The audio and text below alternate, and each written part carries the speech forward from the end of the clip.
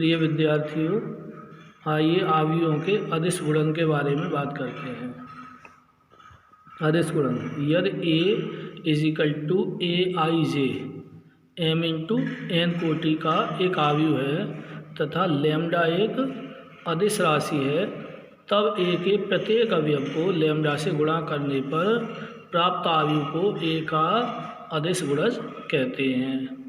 अतः lambda a is equal to lambda into A I J M into N कोटि का अवयव।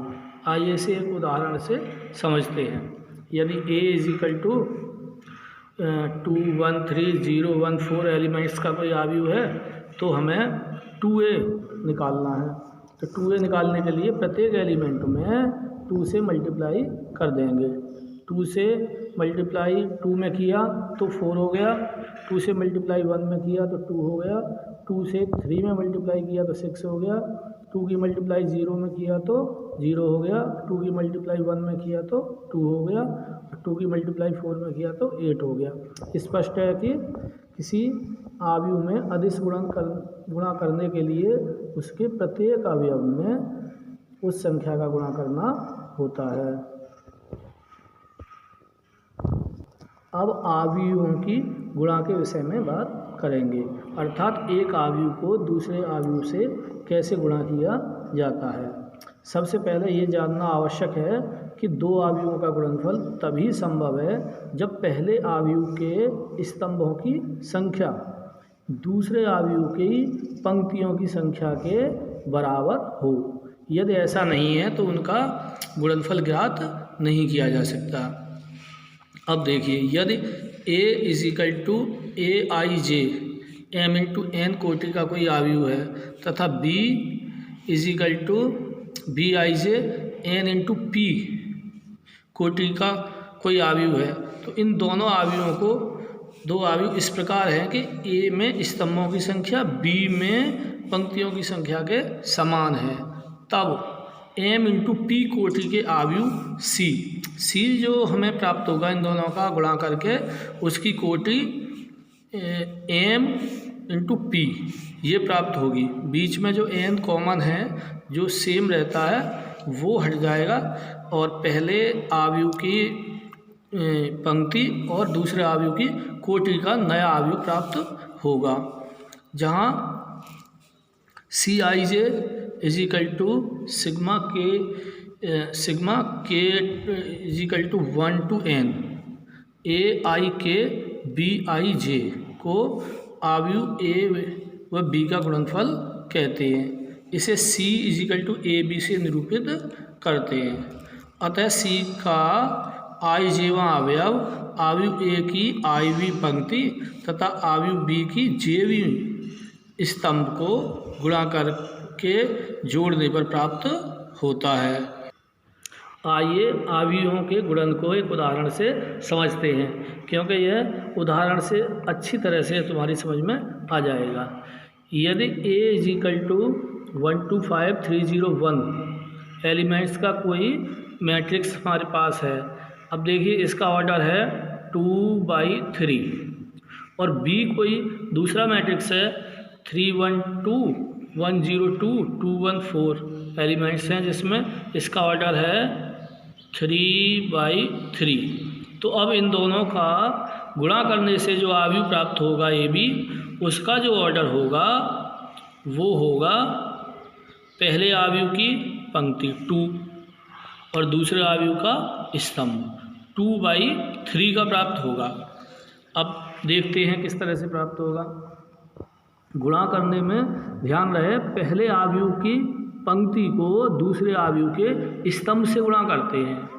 अब 1 का गुणा हम 3 के साथ करेंगे, 1 का गुणा 3 के साथ 1 इंटू 3 हो गया, फिर प्लस करेंगे। अब पहले अवयव में पंक्ति की तरफ बढ़ते हैं। 2 का गुणा दूसरे अवयव के स्तंभ के दूसरे अवयव से 1 से करेंगे।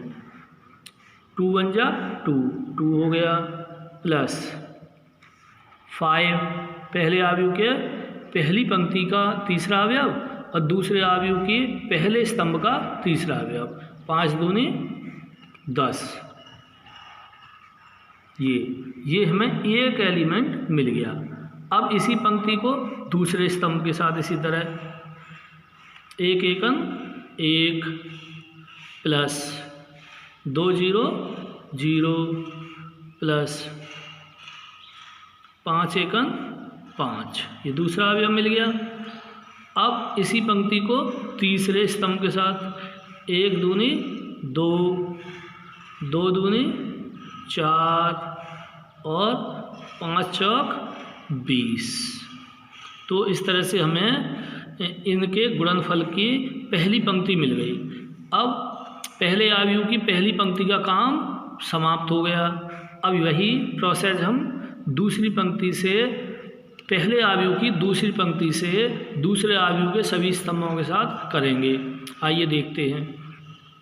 3 तिया 9 0 एकन 0 1 दूनी 2, फिर वही 3 एकन 3 0 इंटू 0 0 और 1 एकन 1। अब फिर वही पहली पंक्ति तीसरा स्तंभ 3 दूनी 6 0 दूनी 0 1 चौक 4।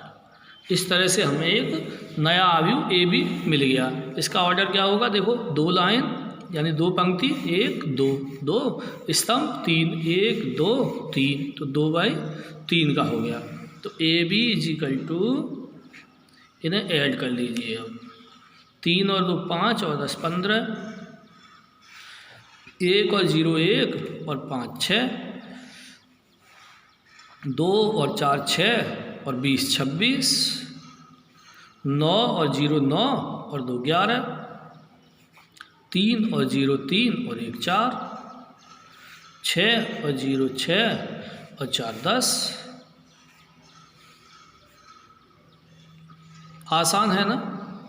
इस तरह से हमें ए बी प्राप्त हो गया।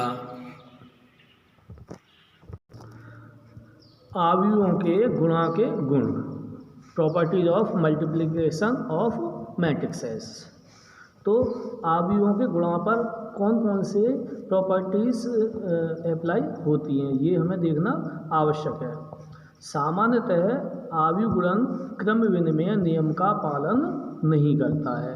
कहने का तात्पर्य है कि A B is not equal to B A B B A के बराबर हो, ऐसा कोई आवश्यक नहीं है। दूसरा है अवयवों का गुणन सहचर्य होता है, अर्थात ए बी की मल्टीप्लाई सी से करें या ए की मल्टीप्लाई बी सी से करें, दोनों का रिजल्ट सेम रहेगा। तीसरा, अवयव गुणन वितरण नियम का पालन करता है, अर्थात ए की मल्टीप्लाई बी प्लस सी के साथ की जाए तब वही प्राप्त होगा जो ए की मल्टीप्लाई बी के साथ की जाए और ए की मल्टीप्लाई सी के साथ की जाए और दोनों को जोड़ दिया जाए। चौथी प्रॉपर्टी है, यदि ए एक m इंटू n कोटि का अवयव है तब आई यानी identity matrix I M into A is equal to A I N. कहने का मतलब है कि ए में हम इकाई अवयव से गुणा करें तब हमें ए ही प्राप्त होगा, चाहे ए में हम इकाई अवयव से गुणा करें या इकाई अवयव में ए का गुणा करें, हमें ए ही प्राप्त होता है। पांचवा प्रगुण है, दो अवयवों का गुणन शून्य अवयव हो सकता है जबकि उनमें से कोई भी शून्य अवयव ना हो अथवा हो। अगर हम किसी शून्य अवयव का गुणा किसी दूसरे अवयव के साथ करते हैं तब तो निश्चित ही शून्य अवयव प्राप्त होगा, किंतु ऐसा भी हो सकता है कि दो अलग अलग अवयवों का गुणा करें जिनमें से कोई भी शून्य अवयव ना हो तब भी हमें शून्य अवयव प्राप्त हो सकता है। किंतु यह आवश्यक नहीं, यदि ए बी इजिकल टू 0 है तो बी ए इजिकल टू भी 0 हो, या ए बी इजिकल टू हमें ओ मैट्रिक्स प्राप्त हो रहा है, शून्य अवयव प्राप्त हो रहा है, तो बी ए इजिकल टू भी शून्य अवयव प्राप्त हो, क्योंकि प्रारंभ में ही बता चुके हैं कि अवयव क्रम विनिमय नियम का पालन नहीं करता है, अर्थात A B is not equal to B. आव्यूह। आइए जानते हैं परिवर्त आव्यूह क्या होता है। इंग्लिश में इसे ट्रांसपोज कहते हैं, ट्रांसपोज ऑफ अ मैट्रिक्स।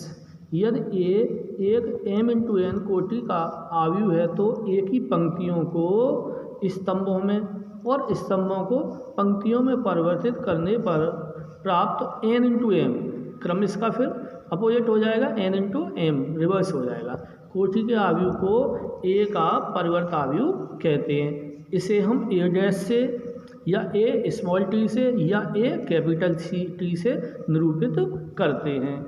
जैसे एग्जाम्पल देखते हैं, a = PQR STU 2/3 का एक आव्यूह है।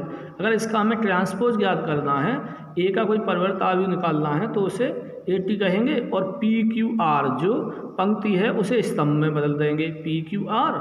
दूसरी पंक्ति है STU, इसे हम दूसरे स्तंभ में बदल देंगे STU।